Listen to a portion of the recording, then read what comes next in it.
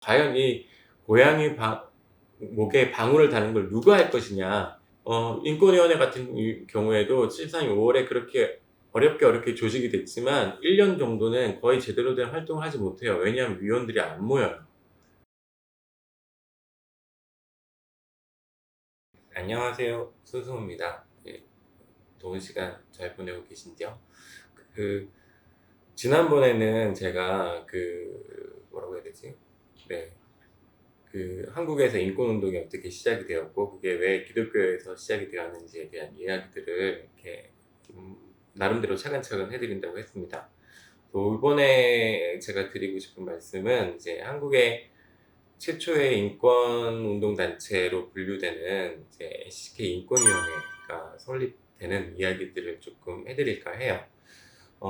네, 인권위원회 이야기를 하기 전에 먼저 기독교인들의 저항들이 있어 왔다라는 걸 조금 더 말씀을 드려야 될 것 같아요. 왜냐하면, 어, NCK 인권위원회는 그냥 인권이라고 하는 가치가 너무나도 중요하기 때문에 그냥 우리 인권을 지켜봅시다라고 해서 탄생한 게 아니고요.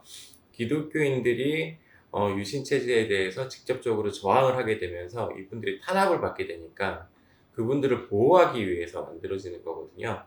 그러니까 어, 인권운동이라고 하는 것들을 보면서 많은 분들이 그런 질문들을 많이 하세요. 야, 니네는 뭐 그래, 왜 예를 들어서 뭐 외국 아이들의 생활 문제라던가 교육 같은 거를 책임지는 기관들이 있으면 그런 얘기 하거든요. 야, 한국에도 얼마나 가난하고 어려운 애들이 많은데 외국 애들을 지원해. 먼저 내 옆에 있는 사람부터 먼저 돌봐야 되는 거 아니야? 라고 얘기하시는 분들이 많은데요. 사실은 모든 운동이라는 것이 지속성을 갖고 꾸준하게 진행될 수 있으려면요. 명확하게 내가 누구를 보호하겠다라고 하는 타겟팅이 필요하고요. 예. 그리고 그 사람들의 당하는 일을 정말로 내 일로 느낄 수 있어야 해요. 그냥 세상에 있는 모든 문제를 다 해결하겠다라고 달려드는 인권운동은 존재하지 않습니다. 그러니까 질문이 좀 잘못된 거죠. 한국에도 가난한 애들이 얼마나 많은데 외국에 가난한 애들을 도와? 라고 얘기하실 게 아니라 한국에 가난한 애들이 많다는 걸 알고 있는 그분이 한국 아이들을 돕기 위한 활동에 나서셔야 되는 거예요. 그러니까 인권운동이라고 하는 것을 놓고 자꾸 야, 니네가 인권이 중요하면 야, 이것도 챙겨야지 저것도 챙겨야지 라고 얘기하시면 안 된다. 왜냐하면 어차피 모든 걸 다 할 수는 없다. 예. 라고 말씀을 드릴 수 있을 것 같아요. 그러니까 NCCK의 인권운동이라고 한국 기독교 인권운동이라고 하는 게 기독교인들을 보호하기 위한 것이었어? 그러면은 인권에 대한 어떤 보편적 가치와 충돌하는 거 아니야? 라고 생각하실 수도 있는데 그렇지 않다. 모든 운동은 그렇게 출발을 해야 비로소 실제로 운동으로 발전할 수 있다. 라고 말씀 좀 드리고 싶어요. 74년 1월에 박정희 정부에서 긴급조치 1호와 2호를 발표를 해요. 긴급조치 1호의 내용은 음, 뭐 헌법에 대해서 유신헌법에 대해서 비방하면 안 되고 뭐 개헌하자라는 얘기조차 하면 안 되고 뭐 이런 얘기들이 주를 이루고 있어요. 그리고 긴급조치 2호는 긴급조치 1호에 대한 위반자들을 군사법정에서 처리하겠다라는 내용을 담고 있죠. 이 1호와 2호가 발표되자마자 먼저 기독교에서 제일 먼저 이에 대한 저항이 나와요. 긴급조치를 철회하라라는 얘기가 젊은 목사님들을 중심으로 목사님도 그때는 전도사님들도 있었죠. 이분들을 중심으로 먼저 1월 17일에 제기가 돼요. 음, 그래서 이분들이 다 감옥에 이제 검거가 되시죠. 예. 그러다 보니까 이제 이 구속된 성직자들을 위한 대책이 필요해진 거예요. 그래서 만들어지는 게 구속 성직자 대책위원회라는 게 먼저 만들어집니다. 예. 그러다가 4월이 되면 한국을 들썩거렸던 이제 큰 사건이 발생하는데요. 이게 보통 민청학년 사건이라고 해요. 이게 전국민주청년 학생 총연맹이라고 해요. 예, 비슷한 단체들이 너무 많아가지고요. 이, 이, 이 교세 줄여서 보통 민청학년이라고 얘기하고요. 지금 이제 민주화 운동의 1세대라고 본인들을 생각을 하시는 이제 386세대보다 조금 윗세 선배 세대가 이 민청학년 세대인 거죠.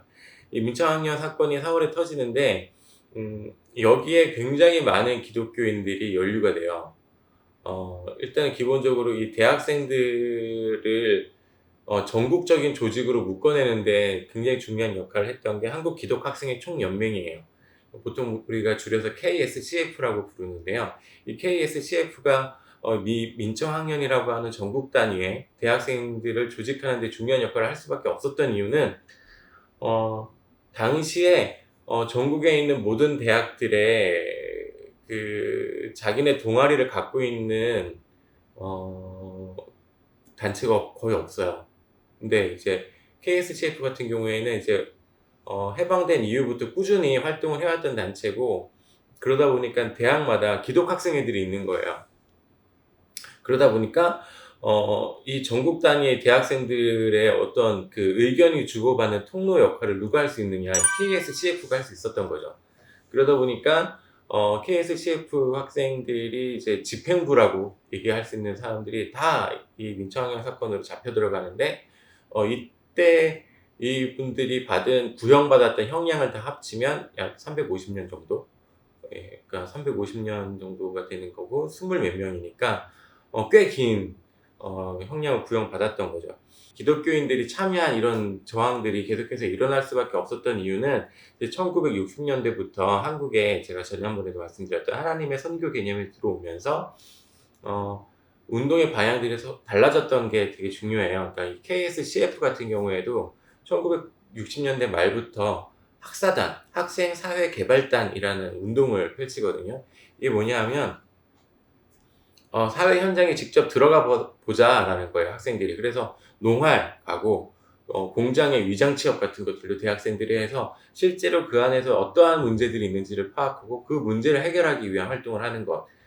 그게 기독 학생들의 사회를 개발해 나가는 굉장히 중요한 운동이다라고 판단을 하고 60년대 말부터 그런 활동들을 해왔던 거죠. 그러다 보니까 이제 이 민주화라고 하는 문제가 불거졌을 때 전망에 나설 수밖에 없는 상황이 연출이 된 거고요. 비슷한 활동들에 나섰던 게 이제 수도권 특수지역 선교위원회라고 하는 게 있어요. 요거는 60년대 중반에 한국의 빈민 문제를 해결하기 위한 최초의 단체로 설립된 곳이에요. 처음에는 이제 미국 장로교회의 조지 타드라고 하는 목사님이 한국에 왔다가, 야, 니네 빈민 문제도 굉장히 심각한데 이 빈민 문제를 다루는 전문적인 기구가 있어야 되지 않겠어? 라고 제안을 하고 돈을 지원해 주기로 약속을 합니다. 그런데 이제 당시에 그냥 일반적인 기관들이 그런 것들을 하기 위해서 만들어졌을 경우에는 외부로부터 오는 어떤 공격에 취약할 수밖에 없었기 때문에 처음에 연세대 안에 만들어져요. 그래서 연세대학교 도시문제연구소라고 하는 게 이 미국 국장로회에서 지원하는 자금으로 만들어지죠. 그리고 현지의 실무자들을 이제 운동가들을 계속 양성해 내야 되기 때문에 허버트 화이트라고 하는 목사님이 요원들을 훈련하기 위한 선생으로 또 내한을 해서 도시문제연구소에서 활동을 같이 하시게 됩니다.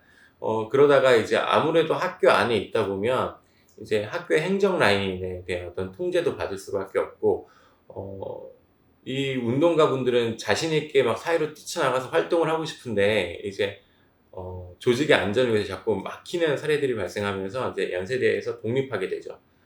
그래서 만들어지는 게 수도권 특수지역 선교위원회입니다. 이 수도권 특수지역 선교위원회 실무자들이 제가 아까 말씀드렸던 긴급조치에 대해서 최초로 저항했던 젊은 목회자 그룹을 형성했고요.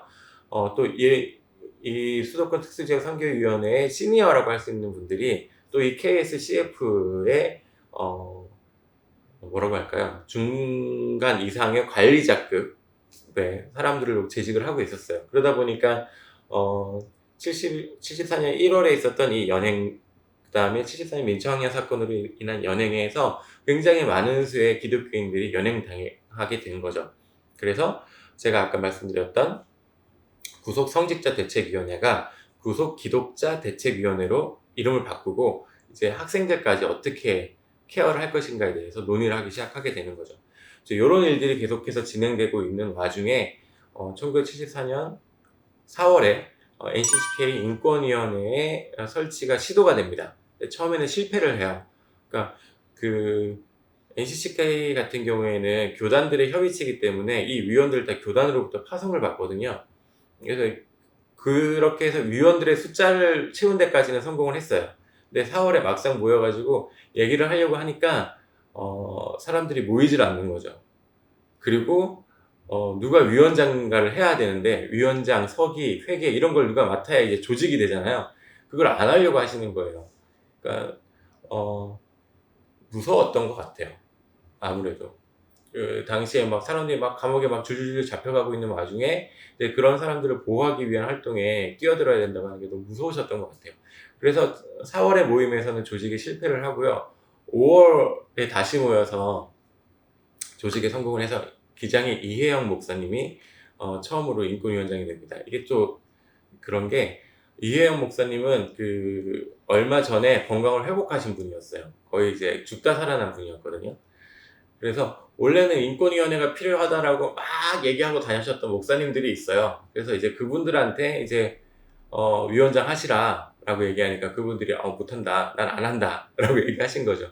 그래서 어쩔 수 없이 이혜영 목사님께 다른 분들이 제안을 한 거예요. 야, 네가 죽다 살았는데 하나님이 그때 널 왜 살리셨겠냐? 아마 이 일을 하라고 살리신 것 같다. 그래서 이제 그분도 이제 그러면 내가 이제 해보겠다라고 한 2년 정도 인권위원장을 맡으신 이후에 이제 돌아가시게 돼요. 이게 용감하지 못해 보일 수도 있는데요. 사실은 이렇게 한국 사회에서 굉장히 중요한 어떤 직함을 맡아야 되는 분들이 이렇게 등 떠밀려 하시는 케이스들이 많아요. 그러니까 우리가 가톨릭에서는 천주교 정예구현 전국사제단을 굉장히 이제 한국의 인권의 개선을 위해서 노력했던 단체로 인정을 하고 있는데, 이제 그 단체가 이제 예전에 이제 임수경이라고 하는 분이 대학생이 방북을 해가지고 누군가는 그 학생을 데리고 한국에 돌아와야겠는데 갈 사람이 없는 거예요. 그때 이제 갔던 신부님이 계시죠. 근데 그 신부님이 다른 데 나오셔가지고 인터뷰 하시는 거 보니까 이제 문국현 신부님인 거예요. 그분이 가셨고, 문정현 신부님이라는 분이 그분의 형이었고, 그분이 전국 그 사제단의 리더 역할이셨거든요. 근데 사제 중에 누군가를 보내야겠는데 차마 보낼 수가 없어서 자기 동생한테 얘기한 거죠. 야, 아무래도 네가 좀 갔다 와야겠다. 다른 애는 미안해서 못 보내겠다. 그래서 한참을 고민을 하다가 이 신부님이 이제 전국 그 사제단이 다 모여있는 자리에서 제가 다녀오겠습니다 라고 얘기를 했대요. 그랬더니 신부님들이 다 와! 그러면 박수를 쳤다는 거예요. 그래서 속으로 그 문신부님이 뭐라고 생각했냐면 나쁜 새끼들 지안 간다고 좋아하는 것 좀 봐. 뭐 이렇게 생각하셨다고 하더라고요. 그러니까 사실은 인권의 문제가 심각하다는 걸 모두가 알고 있고, 그것에 대한 대응이 반드시 필요하다는 건 모두가 알고 있지만, 그럼 과연 이 고양이 목에 방울을 다는 걸 누가 할 것이냐, 이 문제에서는 사실 모두가 피하고 싶은 거죠. 그래서 인권위원회 같은 경우에도 실상 5월에 그렇게 어렵게 조직이 됐지만 1년 정도는 거의 제대로 된 활동을 하지 못해요. 왜냐하면 위원들이 안 모여요. 예. 그래서 1년 이후에 대폭적인 거의 90% 이상의 위원들의 교체를 하고 나서 75년부터 본격적으로 활동을 하게 됩니다. 네. 요게 이제 NCCK가 이제 인권위원회를 시작하게 되는 과정이고요. 그 다음 시간에는 인권위원회 안에 어떠한 기관들이 있어서 같이 인권 문제 해결하기 위해 활동했는지에 대해서 좀 말씀을 드려볼까 합니다. 들어주셔서 감사합니다.